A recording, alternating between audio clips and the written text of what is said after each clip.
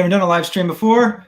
Just seeing if I can do this, because this could be a fun way to answer some questions and say hello to everyone.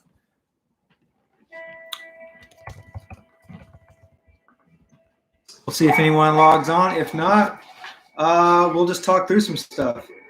I had a quick thought, because I'm not really sure how this works, if people can see these videos in the future. I think they can. I think there's a way to save it. And hey, we got a couple people saying hello. Hey, John. Hey, Cole. What's up?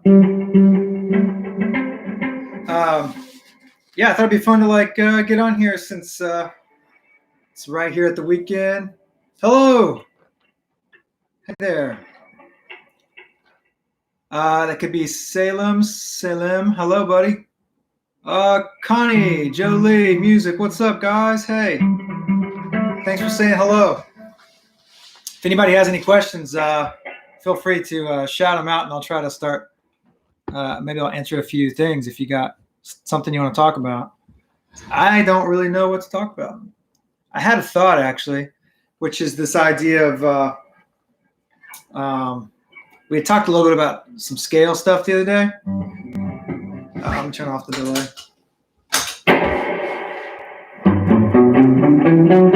Right? And so yeah, I was just, hey, Brian. So I was just thinking through the kind of like the G thing. And just how much mileage I get out of the 3, 4, 5.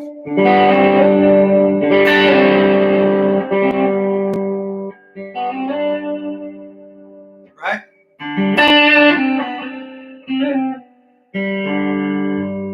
All in G.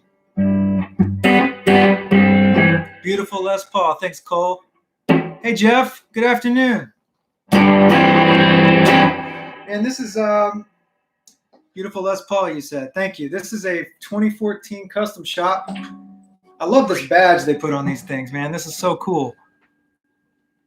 I'll be lying if I said that wasn't part of the fun of getting this guitar. It came with the plain one that didn't have any logo, and then this was in the case. I'm like, why wouldn't this be on the guitar? This is obviously the thing that you want on the guitar. But I don't know. I thought it was cool.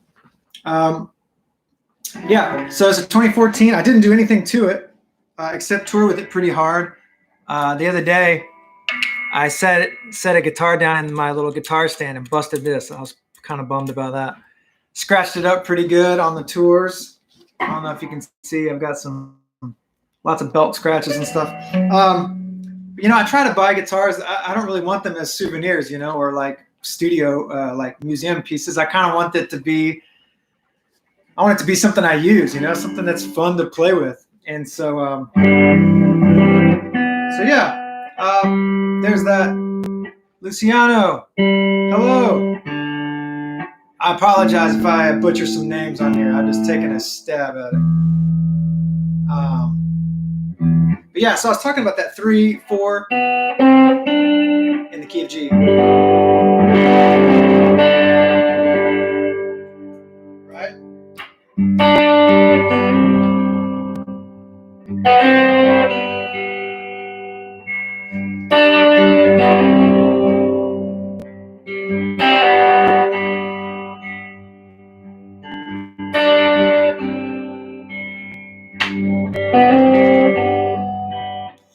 My cable wasn't plugged in all the way. Turn the drive down just a touch. So what I liked about this Les Paul when I first got it, yes, it does have character, Cole. I liked that it was real. Some Les Pauls are real like focused and honky, and this kind of it's got the mid-range thing, but it's nice and open sound. So when I play like big chords and stuff, yeah, it's got a nice character to it. Rick, hello. I'm good. How are you? Man, it's been so long since I've seen you. Apologies for I don't know what I'm doing here. I've never done a YouTube live thing in my life. So, is the amp too loud, or does that feel good to everybody? John, I've always loved the sound you got on the live at Austin Music Hall album. Do you remember what you were using around that time? I do, actually. Thanks for saying that. That's a throwback. I don't even know if you can get that on, like, can you stream that? Or is that just CD only? Yes, I would have been playing my Les Paul. Hang on a sec. I got that guitar in here somewhere. It was a 70s Les Paul that I swapped the pickups on. Let's see if it's still around here.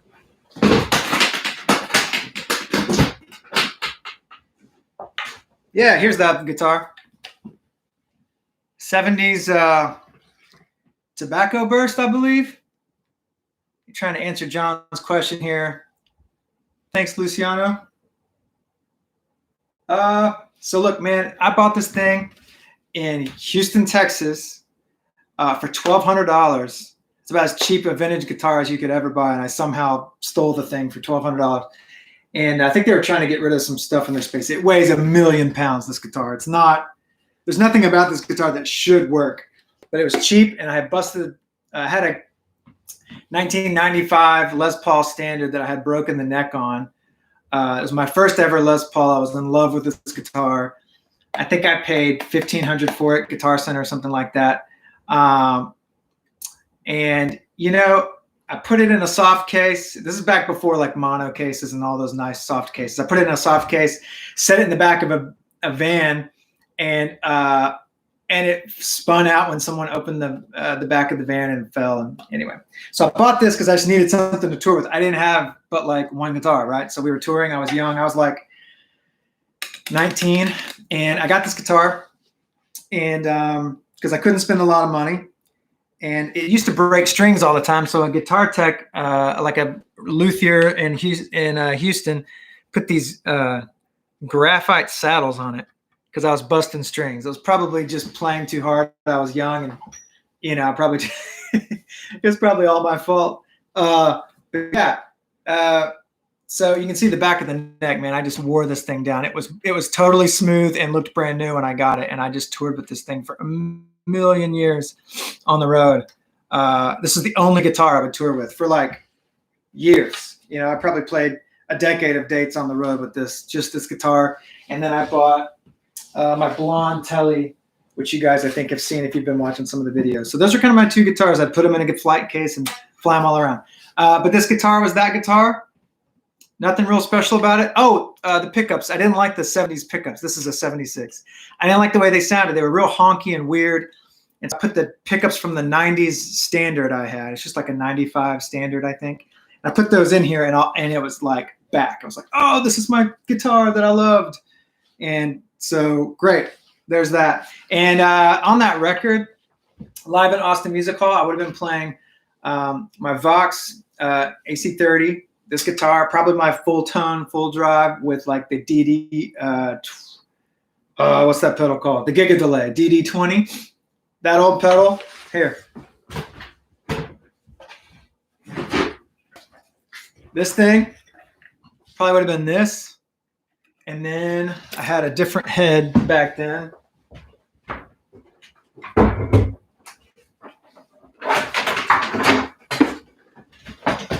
This thing.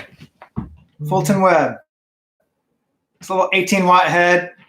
Love this thing. God, it sounds so good. We'll have to plug it up in here. Maybe one of these days we'll do one of these videos with this thing. So that's the rig that I was using for the Austin Music Hall.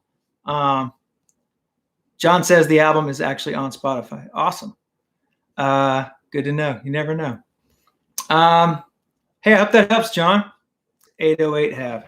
Okay, that is the it's the Analog Man. I think it's called True Vintage. Pretty sure it's called the True Vintage mod. It's got the chip in it that they, you know, it's supposed to be more like the original, kind of the true chip to the 80s Tube Screamers. Oh, man. So many, man, you guys are so nice. Thanks for, like, I didn't even know if anybody would be on here, to be honest.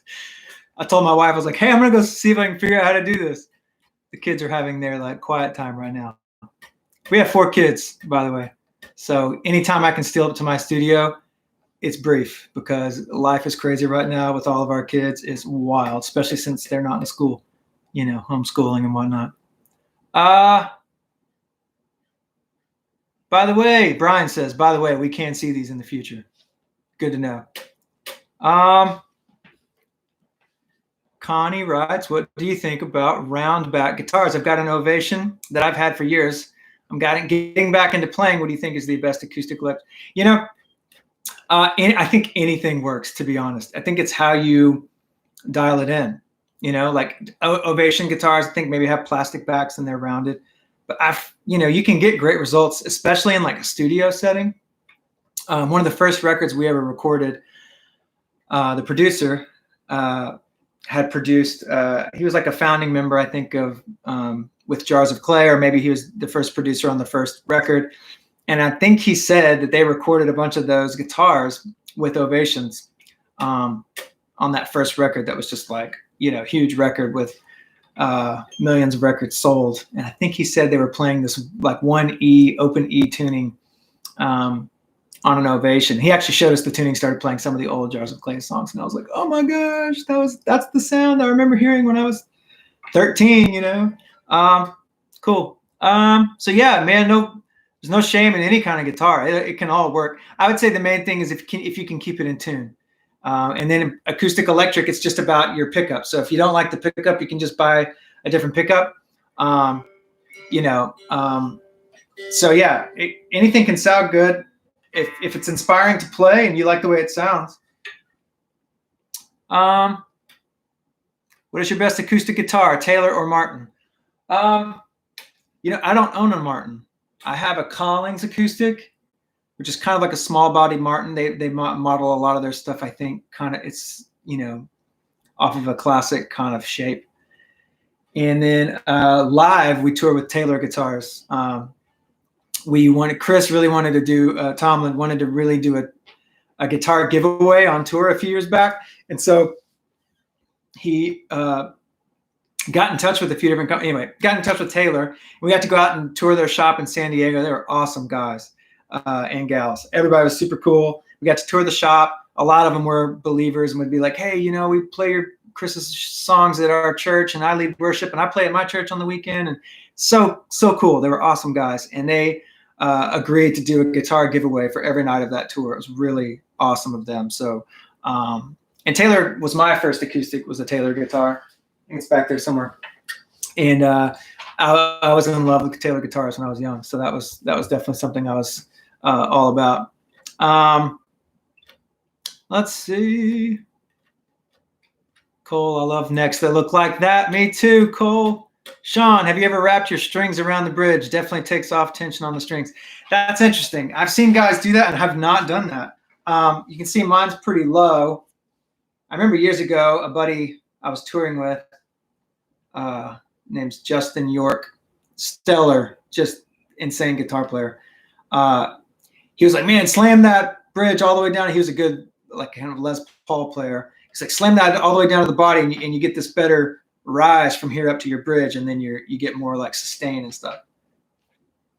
So I always just did what Justin told me because he was better than me, and he was such a professional at a young, early age, and now he plays in Paramore, and he's an awesome guy. But yeah, no, I've never wrapped those around like that. But I see guys do it, and maybe I should try that because that could be really cool. Someone had mentioned something about string size, and I got on there and was commenting about how I like, I play 11s on these guitars, like Les Paul and my Fano and a couple of those. But on Tellys, sometimes 11s feel a little tight. So I was trying this box of strings. I don't know if I got one around here. They're 10 and a half. Let me see if I got that.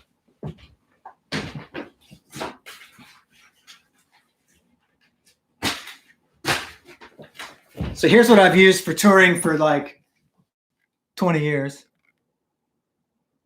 Just that one. It's always this one. And then I bought that thin line Telly and I started touring with it. I was like, man, it feels so tight. And so I went to these for the Telly. 10 and a half.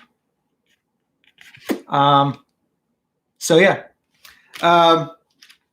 I was buying these before they started endorsing us, and at some point down the road, they started endorsing the band, and now we get like a partial, discount, just in full disclosure. But I have nothing. They have nothing to do with this video. I just figured I'd show you what I've been playing.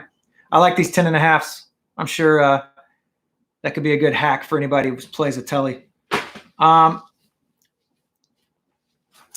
toured the Martin factory last year, Brian says. Me too. I did it a couple years ago. It's so cool. Matt Marr, we were on tour with him, and he's a Martin artist. And he took us, a couple of the guys, and they were so nice. They came out to the concert that night. And yeah, it was really fun. Thanks, guys. I love all these questions. Shane, how do you compensate the brightness of a telly and the darkness of a Les Paul in a set? Great question. Okay, some of that is that this Les Paul isn't super dark, so that helps. You could do a little shopping. When I first bought this guitar, I went shopping. I was on a quest that summer to get the Les Paul for me, and I played like, I think I paid, well, I don't know exactly how many, a dozen or so in different shops in Nashville. And there's so many good guitars here in Nashville, it's a little unfair. So, it depends on where you live, but you can make any of it work. One quick answer. Let's say your Les Paul is really dark and your telly is really bright. A pedal will really help. And for me, that pedal is almost always the RC booster. So let's see. All right, so like the Les Paul would be.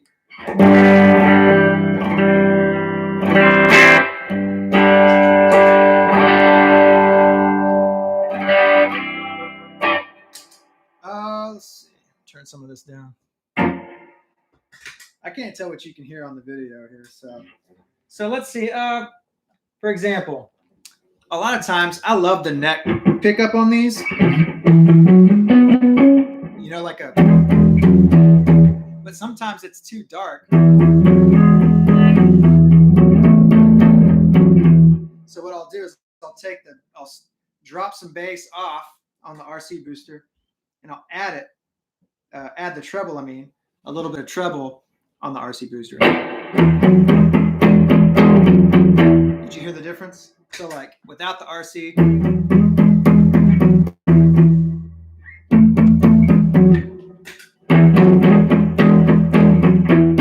Kind of get the top end. Also, I'll crank the tone on the full drive, and the full drive with that mid hump kind of helps poke it out.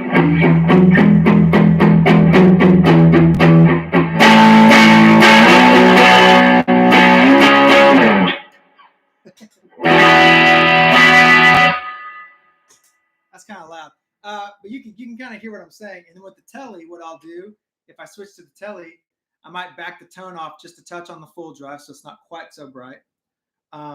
Or I'll add a little bass or take a little treble away on the RC booster. So I guess live lately, I'm playing the telly a lot. So I'll get my gear set up with the telly. And then when I switch to the Les Paul, I'll just cut a little bass, add a little treble. That usually does the trick. Especially if I come up here and I play like a, like a neck pickup kind of thing, like a.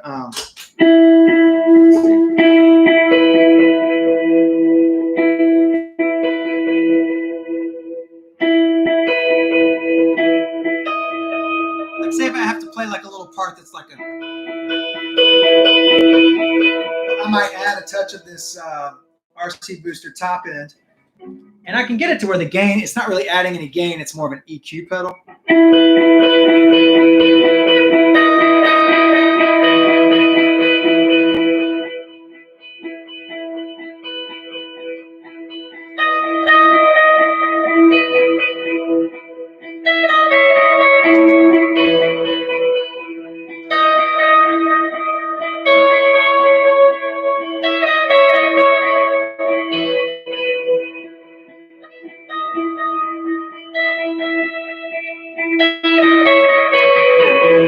So there's kind of a quick little look at the difference there. That's something that I kind of, yeah, something I kind of do.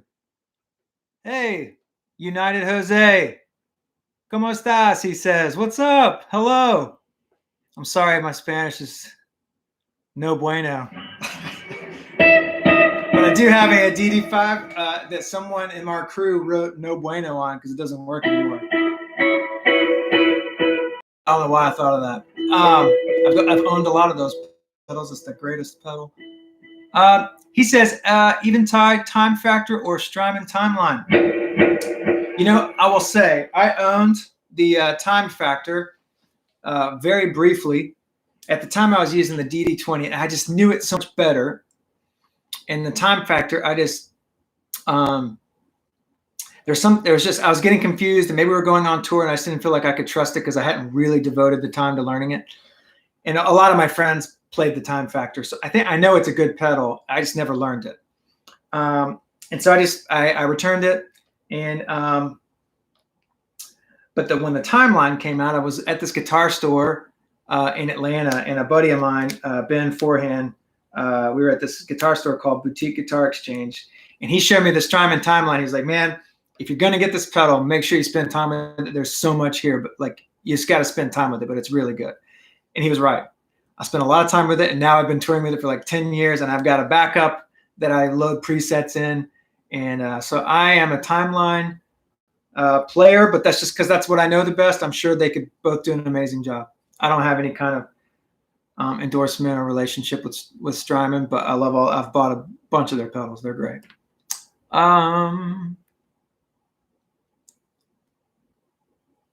Is there a sound you love to play with that would probably never work on a Chris Tomlin album? That's a great question, John. Man, you know, Chris is pretty open. He doesn't always.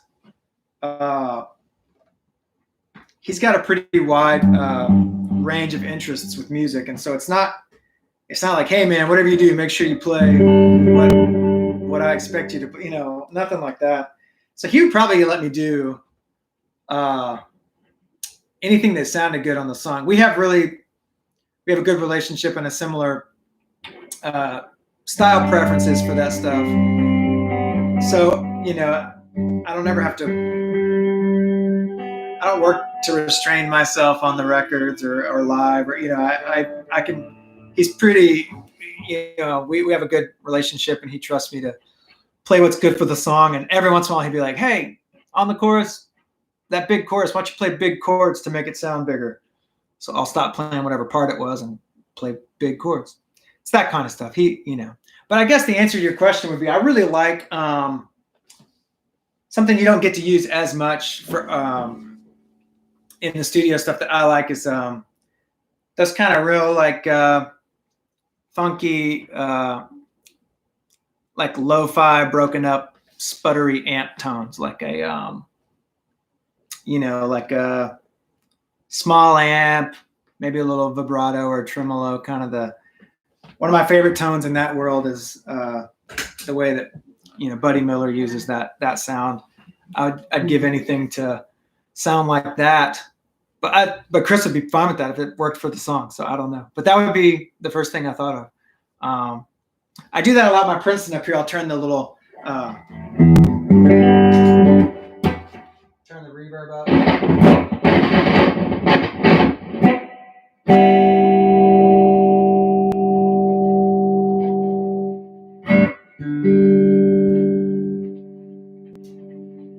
I think it's busted.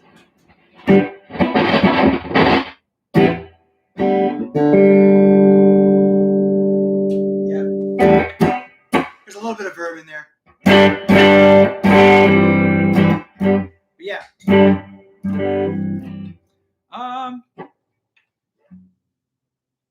You should bring out the Jazz Master, Cole says.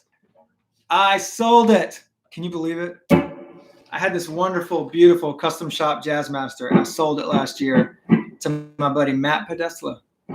Great guitar player, wonderful friend. And I sold it. I was just moving some stuff around the studio. I came up here, I had so much stuff, and it was time to, we were buying a minivan for the kids because we had twins last year, me and my wife.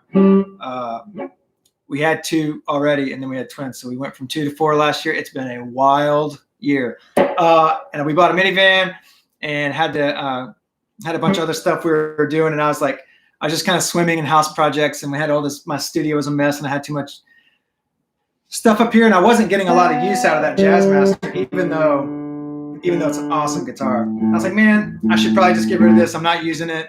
So I love knowing it's still in the family, man. He's family to me.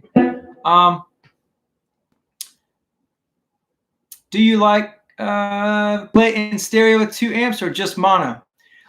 Today just 1 amp, but live I always play with 2 amps if I can. And there's several reasons, but one very, very practical reason is I like knowing that if an amp dies, that they probably won't both die at the same time. So one great reason to use stereo is I've got one mic on this amp and one mic on this amp, and they're going live. We're playing, and let's say this amp just quits working. Well, at least you got something. If you just got 1 amp and that amp dies, then you got nothing. So there you go. There's a quick answer. And I also like the way it sounds. I don't do a lot of cool delay tricks with the stereo because some of that gets lost in like a room when you're playing live. It's cool like in a studio or if you got headphones on, but live, I've never really been able to make that work for me. So I'm honestly running the Timeline mono, which I know some guys would say was blasphemous, but I like right now I'm doing mono delays and then I do a stereo verb. I know stereo delays are awesome. They sound awesome in my ears, but what happens is it sounds really cool when it's just me, but then when we get into a big song, I can't hear what I'm doing. It's like it's too wide of an image, but the mono helps me hear myself. Does that make sense? It's probably, some guys might give me some grief about that, but that's kind of the way I feel about it. I keep trying. I go back to stereo delays live, and the first time I hit a chord, I'm like, oh, this is wonderful. And then we go to play live, and I can't hear myself. It's weird. There's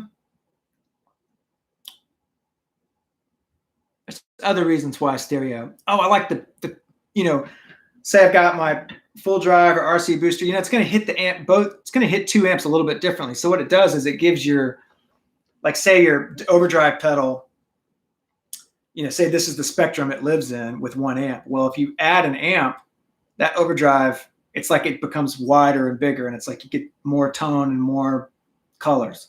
You could do a Fender and a matchless or British, 1 British and 1 Fender American voiced, and then you get a really nice thing. Or you could just do, I do 2 of a similar sound. One is an AC30, one's a matchless. They're similar, but the matchless breaks up a little faster, and the AC30 has a little more of like that bell, kind of a bell sound to it, and the matchless is a little tighter and a little bitier, if that makes sense. So that's why I like them. I like just a big spread. I like them both up and loud and on, and I just go. I don't think too much about it, except for you got to worry about the when you mic them up, phasing. Couldn't think of the word. Phasing. You got to worry about that. So that's the only thing to think about. Chris. Hey, what's up, Chris? Chris Gianola Music. He says, do you have any gigs aside from playing for Tama? Man, I've had that same job with Chris for 20 years. It's crazy. When September rolls around, it'll literally be 20 years to the month.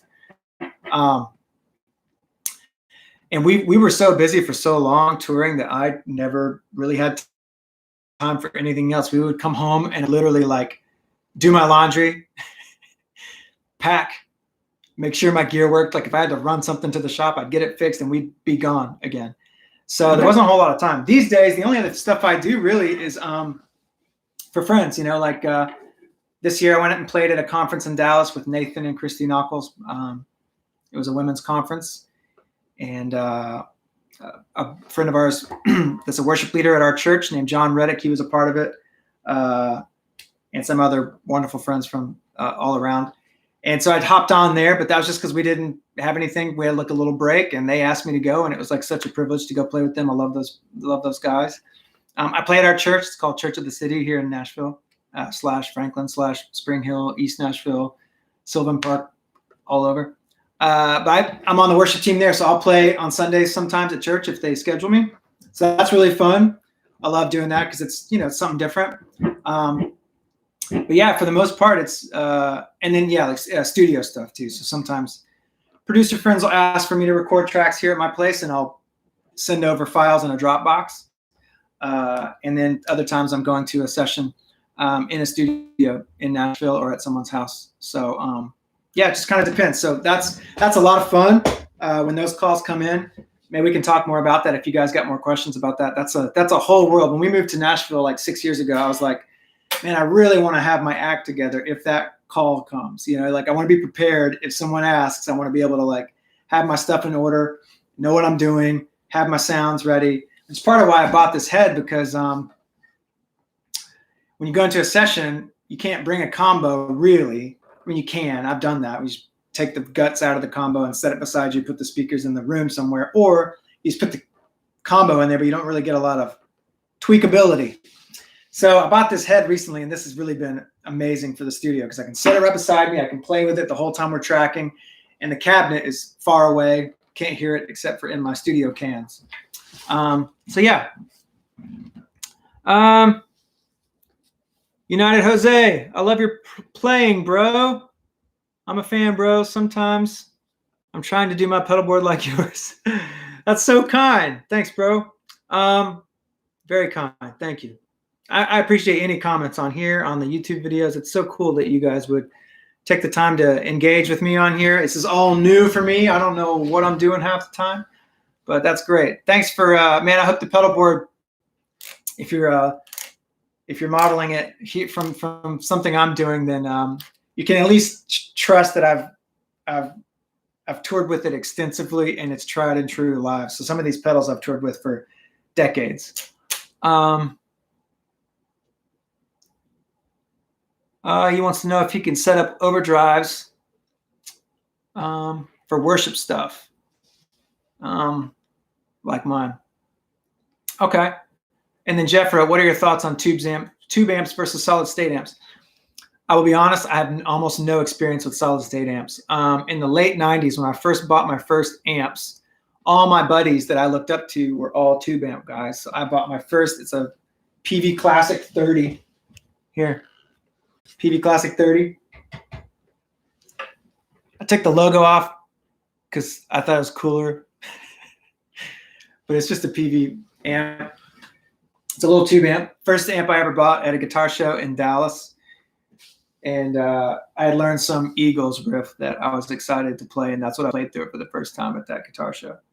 And I got an Eric Johnson signature. He was walking around in guitar show in Dallas. This must have been like 1998 or something, and 97. And he was so nice. He like went 15 booths down to get a Sharpie to come back and sign my silly little pamphlet I had. So props to Eric Johnson for being so nice that day when I met him. I was just a young kid, and I don't know him, of course. He was just really nice to me that day, and I was a big fan. So yeah, tube amps for me. Sorry. But that being said, there's been times I've had to get a solid state amp to work. I think we had an event in Africa, a passion event, and they gave us a Roland jazz chorus. It was like a big solid state, super loud. No, you couldn't break the amp up, really loud and clean. I think that might be a solid state amp. I just went with it. When you're touring and you get an amp, you just got to make it sound good. You just keep playing with it. That's why you bring some pedals and hope you can dig a tone out of that thing.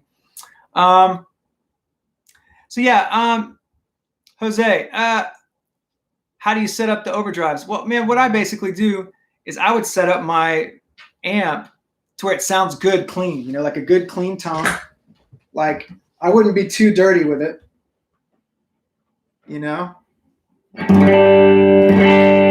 Just like a loud, clean. I mean, it's maybe not as loud as I'd play live because it's in the room with me. Hang on. There we go.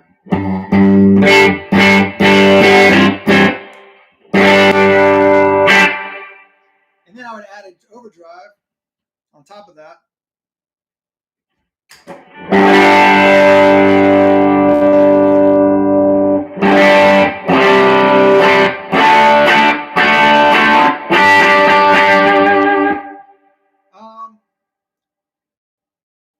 so I would start clean and then just make sure that your drive, when you're bringing up your overdrive, you don't want it to be quieter than the amp, right? Like you don't want like your overdrive to sound like this, where like this is the clean sound, and then your overdrive is like, right, like it's too quiet. So I just keep turning it up until it's loud, like the amp, and then I'll turn it on and off the overdrive, and I'm listening for the top end.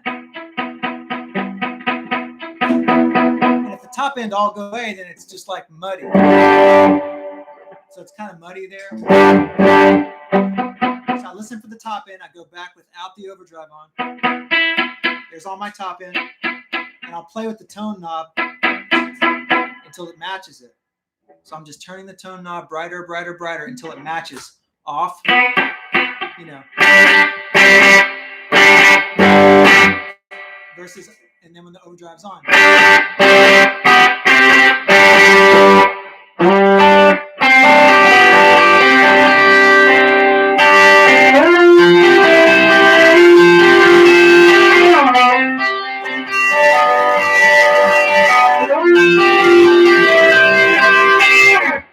So that's just the full drive. And all I'm really doing is I'm just paying attention to the top end, and I want it to be just as loud as the amp is when it's clean, or maybe just a touch louder. Sometimes I use it to boost it. Like something like the Tube Screamer, you have to turn the thing almost all the way up to get it to be as loud as the amp. So hope that helps. I also might use a little more gain than that, and then I'll roll back the volume on the guitar or on the volume pedal to get a cleaner cleaner sound. John, there's an old joke. How do you make a PV amp sound better? Take the nameplate. I've never heard that. That's funny. I got no PV hate, but you know, that was my first amp. And then I bought the PV Classic 50 after that because I wanted a bigger version. The first time I ever played with Chris, we were rehearsing in his kitchen in Houston, Texas. And I had a PV Classic 50. I was using the speakers, and then I was using my Buddha head. It was like a little, I think it's a 18-watt head or something, and I had it going into the PV speakers. So yeah, first couple things I ever played with Chris, that's what I was playing.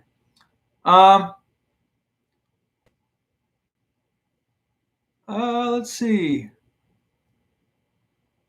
Brian, is the Fulton Webb a Marshall voiced amp? Doesn't seem like many people use that style of amps in praise and worship, but they sound awesome. Man, I agree. I actually really like the way Marshalls sound when I've played them. I don't own a Marshall, but yeah, I think there's two sides to that amp. One is it's two channel. One's kind of Fender, one's kind of Marshall. I think you're right about that. And I've actually been wanting to get like a little Marshall head. Maybe I'll do that someday. Because you're right. In the worship guitar world, it doesn't seem to be a lot. And I remember I had a big Marshall 412 cabinet that I would play with that Fulton Webb head. And we were playing at a big worship conference, and everybody was playing AC30s. And I had my AC30, and then I had the Marshall 412 cab with that Fulton Webb head. And the front of house sound engineer came up to me at some point. He's like, man, thank you so much for having that Marshall cab and that Marshall head. Like, it's so nice out front to have something to mix in the mix that's not an AC30. So, I don't know. I love AC30s, so I got no hate there, but I thought that was an interesting thing. Okay, so there's something to the blending of a couple different types of amps. Salem, did you play Not Ashamed on Passion about 8 years ago? I think it was you, but I'm not completely sure. I love the guitar parts on that song. Thanks, man. That was me. We were playing. That's a funny story. We were in rehearsals with Chris and the band on tour, and we were working on that song, and it was half tempo. So instead of being like, I'm not ashamed of the way, well, instead of that, it was like, it was like almost like this kind of reggae, like, you know, I think we were playing like, you know, like, it was like a, it was a totally different feel to the song. And I remember, at some point in this, when we were rehearsing the song, I was like, man, wouldn't it be cool to like play this like a punk song? Like the lyric is, I'm not ashamed of the one who saved my soul. It should be, I'm not ashamed. It should feel kind of bombastic. So we literally just doubled the time and played it twice as fast. And yeah, I'll show you the lick that we came up with. My kind of thought on that was, anytime you play that kind of stuff, it's cool to play it the way that you would when you were like 17. Someone said that to me once. Maybe it was Nathan, producer, Nathan Knuckles, that produced all those Passion records. It was like, man, play the riff that you would have played if you were excited and you're at your youth group or you're in your first band in the garage. What riff would you have come up with when you couldn't play very well, but you had all that passion? And I really cannot relate to that because I'm not a really technical fly all over the pedal board kind of player. And so I can really relate to that sentiment. So the riff, I think it's in D.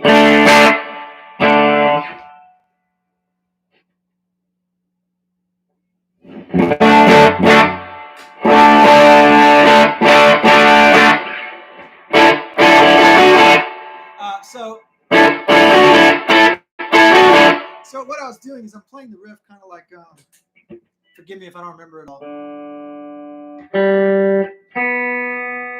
It's been a while since we played it. I picked up this guitar because that's what I recorded it on.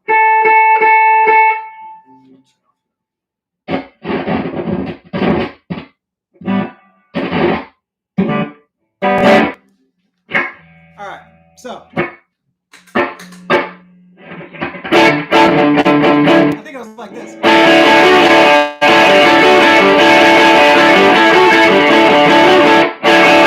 So the riff is kind of like you're playing this open D chord.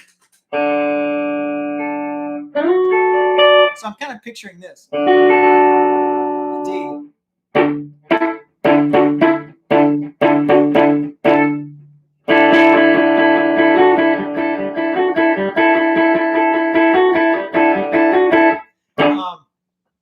don't even remember if that's right. And then the chords, I think, were like.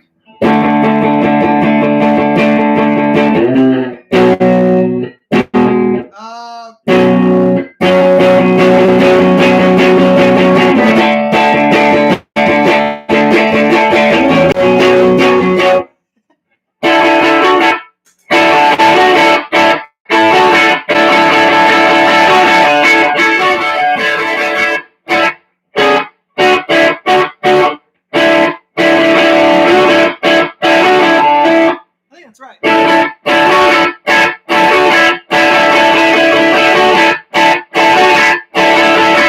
And then the chorus was like, I'm not ashamed.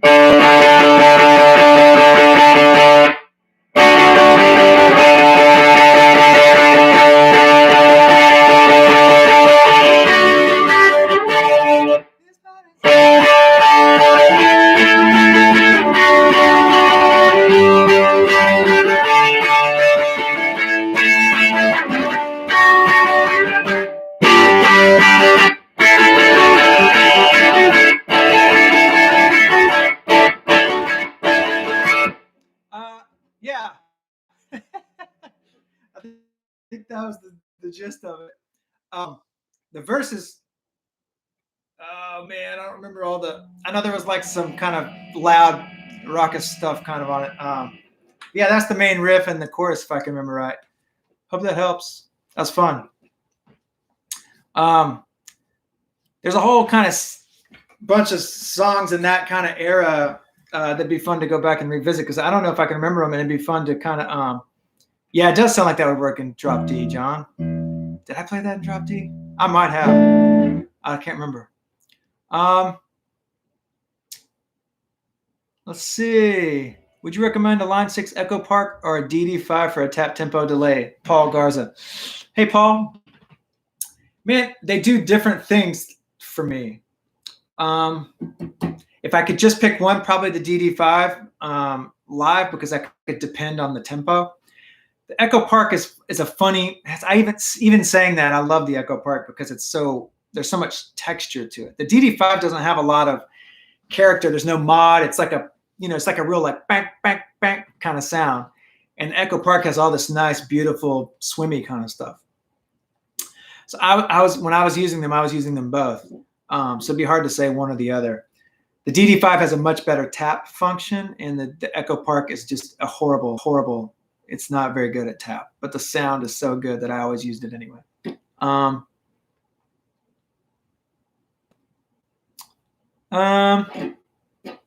Edbert, I was so blown away hearing your guitar parts on Even So Come in the Passion Conference over YouTube. Hey, thanks, man. Very nice. Chris Brown, what's up, Chris? What's your desert island guitar and amp? Oh, sheesh. I don't even know where to start with that. I've been really fortunate to own a couple of really great ones. It would either be the Tele or Les Paul, maybe the Tele, and then get to amp, probably my matchless SC30. But if you're on a desert island, don't you want like a little Princeton or something? Lately, I've enjoyed playing my Les Paul through that little Princeton. That's kind of been my favorite go-to up here in the studio for like in the room. What delay would you use if it wasn't the timeline? Another good delay option for the main delay. Man, there's so many good ones out there. If you're talking about like a main thing, to be honest, like I would get like a little BPM machine and then like a DD5 and you'd be golden. You know, you don't have to spend $500 to get a great delay sound that's real specific. The Memory Man is kind of my main one right now, as far as like if I could do something besides the timeline, I'd probably pick that Memory Man. The tap tempo is really good. It is a little darker, so if you want like a really bright delay, you'd have to do something like the DD5. So like you could get something like I didn't know we were going to do a song. That was fun. Hold on.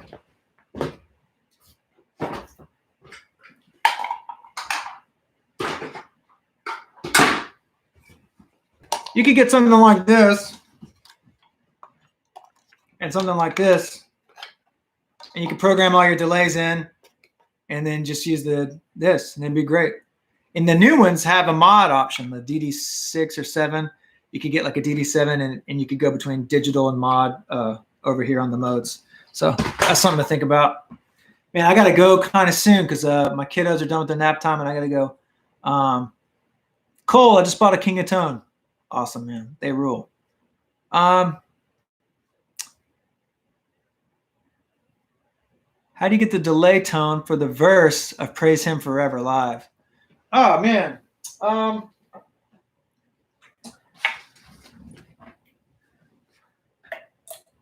It's just a dotted eighth thing, real quick.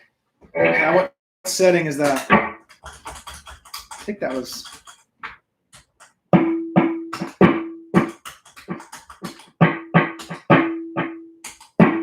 There it is. So for the main bulk of the song, I don't have my capo right here, but it's in A flat, but let's just play in G. I'm playing like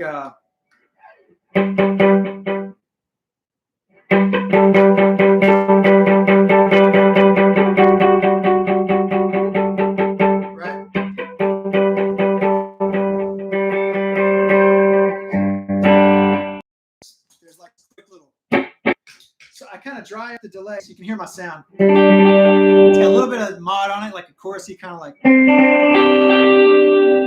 you hear that?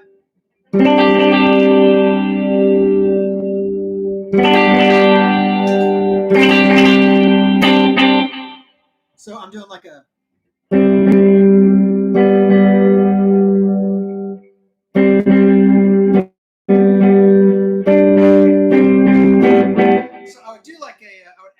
Top in from one of my pedals to make it real bitey, and then I would cut out so that way I could get it to cut through, so it'd be kind of like does that thing. So if I can play it, I haven't played it in forever.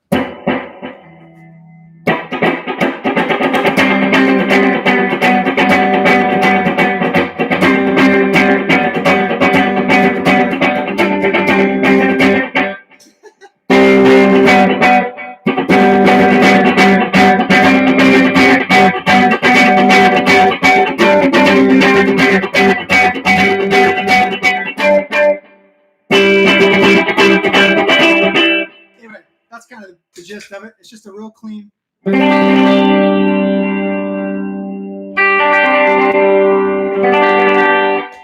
you go. What mode is your full drive in? I push it down, so it's a push pull, and I've got it pushed down. Down.